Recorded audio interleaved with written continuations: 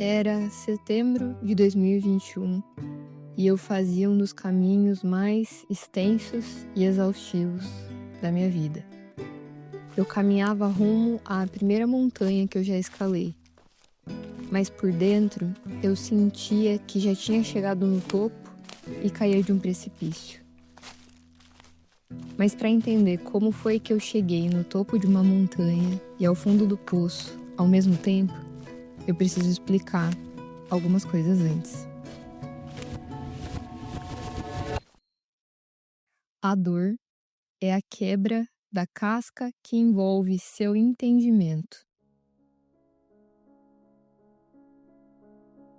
Essa frase é de um poeta e filósofo libanês, Khalil Gibran, na sua obra O Profeta. A dor funciona para nós como uma espécie de ruptura necessária que quebra essa casca protetora que faz com que permita com que a gente possa acessar um nível mais profundo de um entendimento humano de quem nós somos e quem nós podemos nos tornar. Ou seja, sem a dor, muitas vezes nós não conseguimos crescer. É como a metamorfose de uma borboleta, que também vive esse rompimento. O casulo é uma espécie de prisão, mas também um ventre, que a dor é deixada dentro desse espaço estreito, mas que a borboleta aprende que é necessário romper para nascer algo novo. E essa experiência foi uma metamorfose muito particular que aconteceu na minha vida. E o ano era 2021, e agora eu falo do começo desse ano. Era o segundo ano da pandemia da Covid, e eu tinha colado o grau bem no comecinho desse ano. E foi uma cerimônia que parecia mais um velório do que uma cerimônia de colação de grau, de tão sem graça que foi. Não tinha presença de familiares, não teve um cerimonial, tudo foi feito às pressas, com máscara e muito rapidamente, com uma transmissão online para a família. E perdeu todo o simbolismo e a graça que tem a vivência desse momento. Eu sinto que eu sou órfã de colação de grau, porque faltou esse momento com a minha família. Mas eu acredito que vocês devem se lembrar como qualquer evento durante a pandemia tinha um gosto de eu queria mais contato, mais pessoas, mais tudo. Só que era necessário ser tudo menos. E quando eu comecei o ano de 2021, eu acreditava que o meu diploma de bacharel em Direito, ele iria me trazer a sorte que eu precisava para resolver o maior problema de todo bacharel em Direito, que é passar na OAB. E no ano anterior, em 2021, eu fiz a primeira prova da OAB. E talvez valha uma explicação para quem não é da área. A prova da OAB é aplicada 3 vezes durante um ano. E para você ser aprovado, você precisa passar na primeira e na segunda fase. Então, a primeira fase ela é composta por uma prova de questões objetivas. E a segunda fase ela é mais voltada para casos práticos, para você resolver algo mais ali do dia a dia mesmo do ser advogado.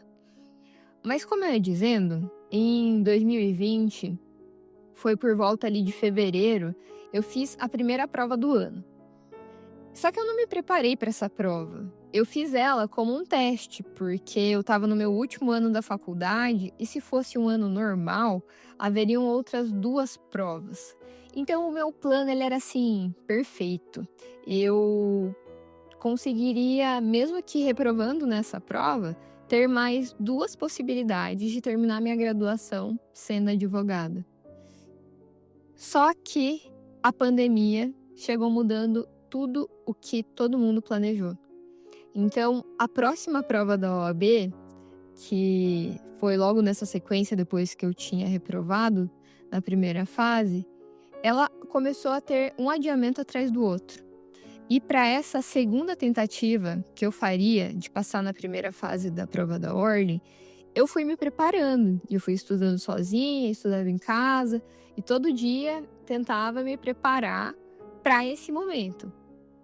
E quando a gente achava que a prova estava chegando, vinha mais um adiamento. E assim a gente seguiu por mais de um ano. A prova seguinte só aconteceu no meio do ano de 2021. Então, de fevereiro até mais ou menos junho de 2021, eu tive esse tempo de preparação e eu estudei sozinha, não comprei cursinho, mas eu acreditava que tinha tudo para dar certo. E eu fui para aquela prova realmente acreditando que seria possível passar. E eu já estava formada e trabalhando em um escritório, então existia aquela pressão de precisar logo desse símbolo que representa que nós estamos preparados para representar essa profissão. E eu saí dessa prova razoavelmente confiante. E eu fiz o caminho de volta para casa, que era saindo de Cascavel e voltando para Toledo, que é uma cidade vizinha de onde eu moro, pensando no caminho assim, não, acho que deu certo, acredito que eu consegui. Quando eu cheguei em casa, as provas da OAB saíam um gabarito bem rápido. Então, quando eu cheguei em casa, já tinha dado tempo para sair o gabarito. E eu peguei a minha provinha que eu trouxe para casa e comecei a conferir como que eu tinha ido de acerto. E quando eu terminei de fazer a conferência, o meu mundo simplesmente caiu.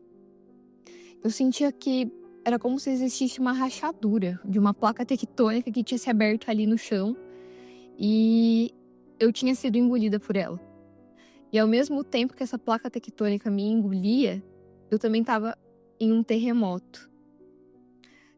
Só que essa queda, esse tumulto estava só no começo.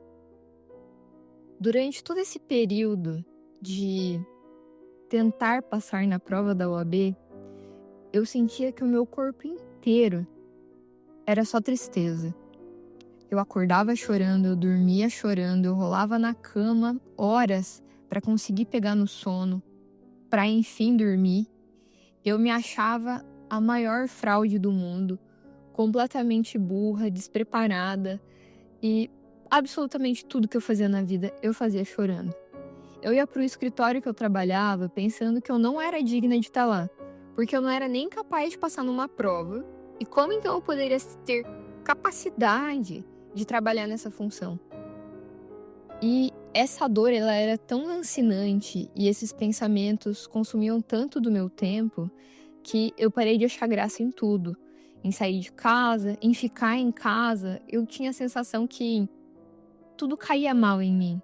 E quando eu conseguia sair de casa, que era o período ali da pandemia que estava começando a flexibilizar alguns encontros, e nas oportunidades que eu estava com os meus amigos, se alguém tocava no assunto, eu imediatamente caía no choro.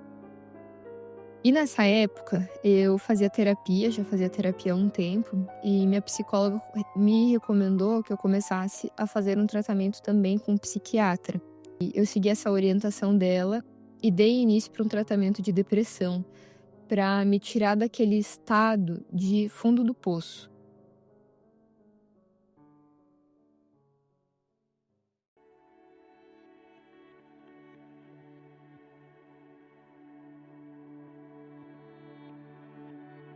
O remédio para depressão, ele demora um tempo para se ajustar no corpo. Nem sempre o primeiro remédio que o psiquiatra vai dar vai ser o remédio ideal para você enfrentar aquela situação que você está vivendo, porque cada corpo é um, existem muitas reações. E eu lembro que uma das medicações que o médico havia me passado tinha me deixado completamente anestesiada. Então eu consegui sair daquele estado de completo choro e desespero, mas eu fui colocada em um estado meio catatônico. E eu lembro que aconteceu uma situação bem forte, assim, que me mostrou como eu estava assim, tinha saído de um estado profundo de choro e tristeza e fui para um estado de completa inércia. Eu tenho um casal de amigos, aliás, que são os meus compadres. Eu fui madrinha do casamento deles, eles também foram padrinhos no meu casamento. E eles se casaram no final de 2021 e eu estava fazendo uso de uma medicação que tinha me deixado bem dopada. E eu fui madrinha no casamento deles e aquela medicação me deixou em um estado tão catatônico que eu participei daquela celebração, mas era como se o meu espírito não estivesse ali. Eu não chorei no casamento deles e isso é de um nível absurdo tão grande que eu já tinha visto aquele casal ser padrinhos em outros casamentos. Então eu vi aqueles dois, antes de se casarem, fazer aquele ritual de entrar na igreja, ir até o seu banco. E todas as vezes que eu vi os dois sendo padrinhos, eu caí no choro pensando assim: meu Deus, um dia vão ser eles que vão casar e eu vou ter a possibilidade de chorar com o casamento deles e me alegrar com esse casamento. E nada disso aconteceu. Era como se eu não fosse eu. E, enfim, são coisas que às vezes a gente precisa passar e que é necessário para fazer o tratamento, porque toda doença, ou pelo menos a maioria delas, demanda do uso de uma medicação para ser controlada. Então, estando naquele estágio depressivo, eu precisava daquele tratamento. E eu precisava de muitas outras coisas, só que eu não tinha forças para romper com isso tudo. E durante esse período, alguns amigos meus decidiram subir uma montanha e acharam que era uma boa ideia me convidar para ir para essa aventura também. Só que naquele período eu era uma pessoa completamente sedentária. Nunca tinha feito nenhuma atividade semelhante. E a proposta que eles fizeram não era simplesmente subir uma montanha. Era também passar a noite lá, acampados, e voltar só no dia seguinte. Então, assim, eu fui muito relutante para aceitar. E mesmo depois de ter aceitado, eu queria desistir todos os dias. Mas, enfim, eles me convenceram e realmente eu fui. E quando eu cheguei lá, eu vi que eu estava diante de um desafio que era muito maior do que as minhas forças eram capazes de suportar. Os meus amigos, quando me convidaram para fazer a subida dessa montanha, tinham dito que, tendo pessoas inexperientes no grupo, que eram sedentárias e tal, provavelmente a gente levaria, umas 3 horas para chegar até o topo da montanha. Só que essa galera não contava com a minha experiência e total despreparo para aquela situação. Eu precisava parar para pegar fôlego a cada, 5, 10 minutos. Eu não tinha pique para acompanhar ninguém. E toda hora eu sempre ficava para trás no grupo e eu sempre tinha que ter alguém junto comigo para me acompanhar, porque eu não conhecia aquele caminho, era perigoso também, enfim. E o tempo foi passando ali naquela escalada e eu fui me sentindo cada vez mais um peso. E eu sentia que as dores que eu carregava, elas iam se somando com a super bagagem que eu tive que levar também das minhas costas para passar aqueles dias na montanha. E acho que aqui até cabe um alerta para quem nunca subiu uma montanha. Todo mundo que você vai encontrar em um percurso subindo uma montanha, se as pessoas estão descendo, principalmente as que estão descendo do topo da montanha, todas elas vão te falar que você está quase chegando. É uma forma de incentivar e ela é unânime em todos os montanhistas, dos mais experientes aos inexperientes. E nós ouvimos isso desde os primeiros momentos da nossa subida, que a gente não estava nem um pouco perto do final, mas todo mundo dizia: vocês estão quase chegando, vai lá, continua. E, enfim, eu fui carregando aquela bagagem que eu sentia que ia me esmagando, até que chegou um momento que eu não aguentei.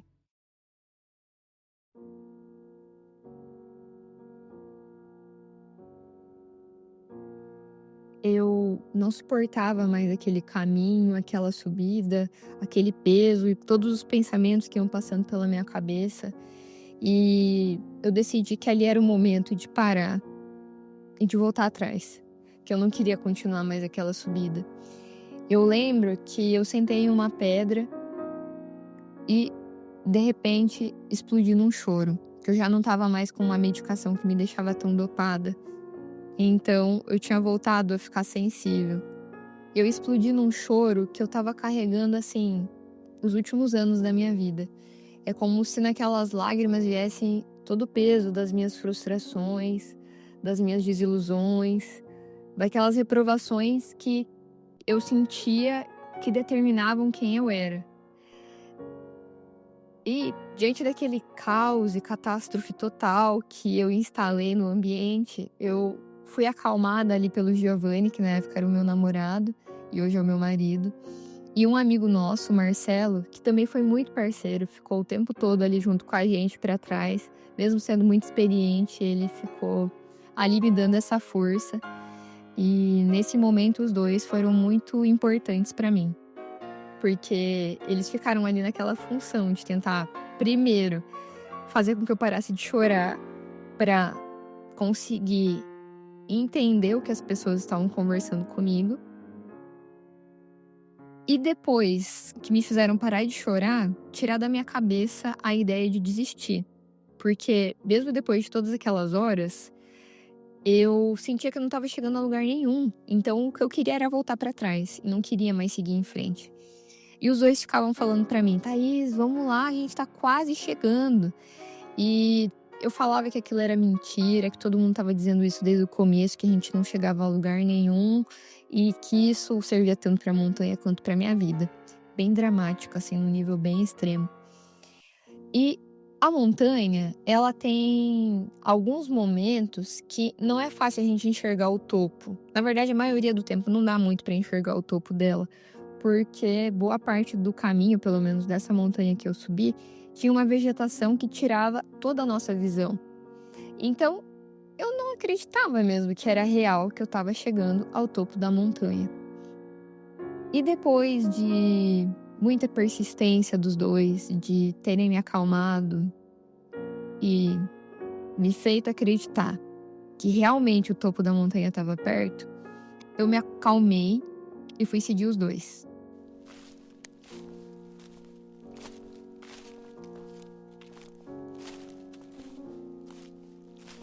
E foi assim, um jogo de brincadeira de uns 2 minutos depois que a gente chegou realmente no topo da montanha.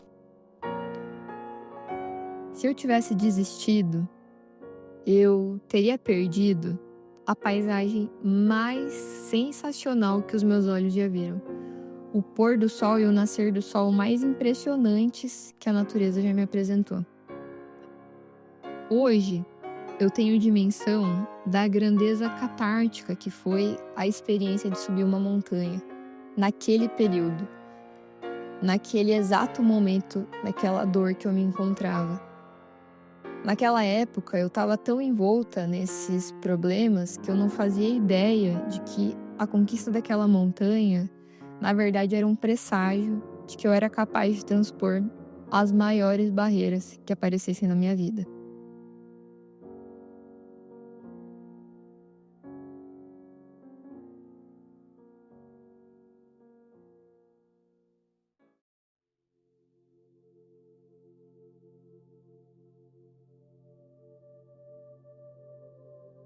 O poeta que eu citei no início do episódio, Khalil Gibran, enxergava a dor como uma ferramenta de crescimento interior. E eu acredito muito nisso. Eu acredito que a dor é a passagem inevitável que a gente faz da ignorância para a consciência. E eu penso que aqui vale uma observação.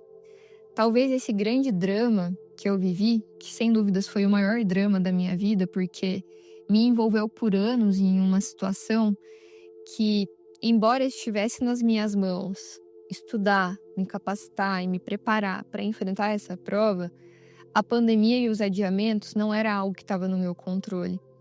E então, todos aqueles problemas acumulados juntos me fizeram encolher e, sem dúvidas, foi o momento mais difícil que eu já vivi até hoje.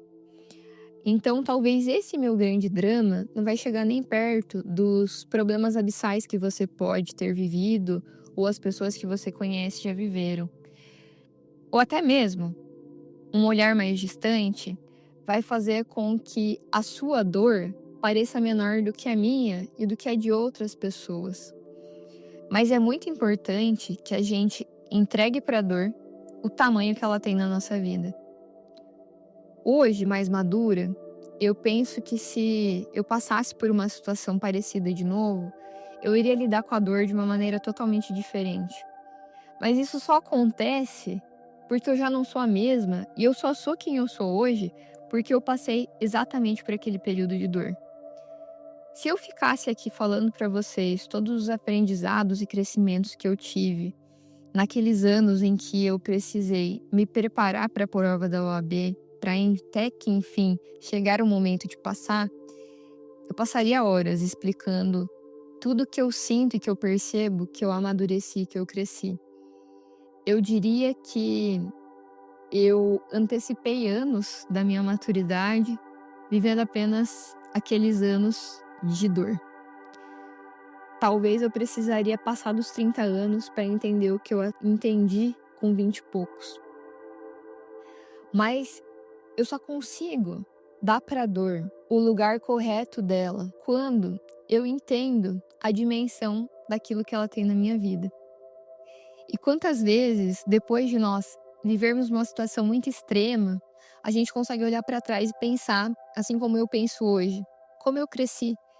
Humberto Gessinger resumiria isso dizendo, né, quantas vezes nós envelhecemos 10 anos ou mais no último mês. Só que mais do que aguardar a dor passar para perceber as oportunidades de crescimento que elas nos oferecem, eu penso que nós podemos aprender a polir o nosso olhar para dentro das nossas próprias dores, enquanto nós vivenciamos ela, enxergar a grandeza de tantas coisas que vão passando por esse caminho de escalada dessa montanha das dores. E nesse sentido de enxergar algo de esperança em momentos difíceis, eu me recordo de uma história do Rubem Alves que ele intitula como Morangos à Beira do Abismo. E é uma história que é mais ou menos assim. Ele conta que um homem estava caminhando por uma floresta muito escura e muito densa, quando de repente apareceu um leão. E esse leão começou a correr atrás desse homem, e esse homem, com muito medo, começou a fugir desse leão. E corria, corria, corria. Só que o medo dele era tão grande e a floresta que ele estava era tão fechada e densa que ele não era capaz de enxergar tudo que tinha à sua frente. Foi quando, de repente, nessa corrida maluca para fugir desse leão, o homem acaba caindo daquela montanha e vai despencando em um abismo. E enquanto ele vai caindo nesse abismo, ele consegue rapidamente se segurar em um tronco de árvore que saía daquela montanha e fica ali pendurado. E acima dele tá aquele leão que ficou observando e esperando o momento certo para atacar. E abaixo dele tem um abismo que fica também observando o momento que ele vai cair. E o Rubem Alves, quando conta essa história, fala que esse homem de repente percebeu que enquanto ele estava ali naquela situação difícil, brotava daquela montanha alguns pezinhos de morango. E foi então que esse homem percebeu que era possível nascer vida até mesmo nesse lugar tão inóspito.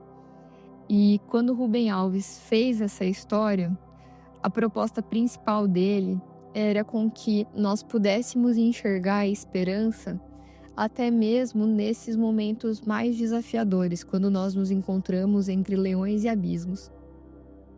E nós podemos polir o nosso olhar para, diante dessas situações difíceis, conseguir perceber esses morangos que nós vamos encontrando à beira do abismo. E mais do que isso, ter a capacidade de fazer a colheita desses morangos, para desfrutar e entender o quanto de nós existe nesse momento e o quanto de crescimento nós estamos vivenciando dentro desse lugar que só parece abismo e luta contra leões.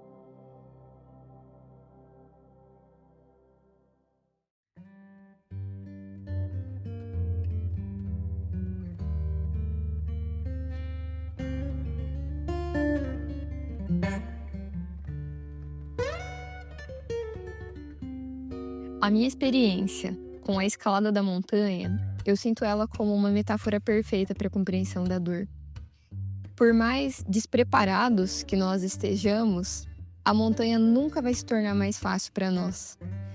Ela permanece íngreme, desafiadora e muito exigente. A dor também vai ser sempre assim.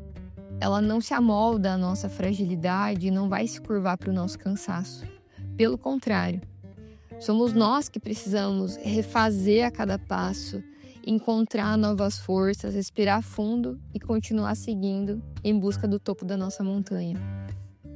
E essa escalada dessa montanha particular que pertence a cada um de nós contamos com as mãos de muitos que vão passando por nós e que nos ajudam de alguma maneira a subir pedras que são difíceis de escalar, a continuar caminhando mesmo quando nós já não temos mais força e fazendo a gente acreditar que o topo da montanha está mais próximo do que um dia foi distante. E às vezes, a nossa escalada na montanha vai nos colocar diante de leões e de abismos.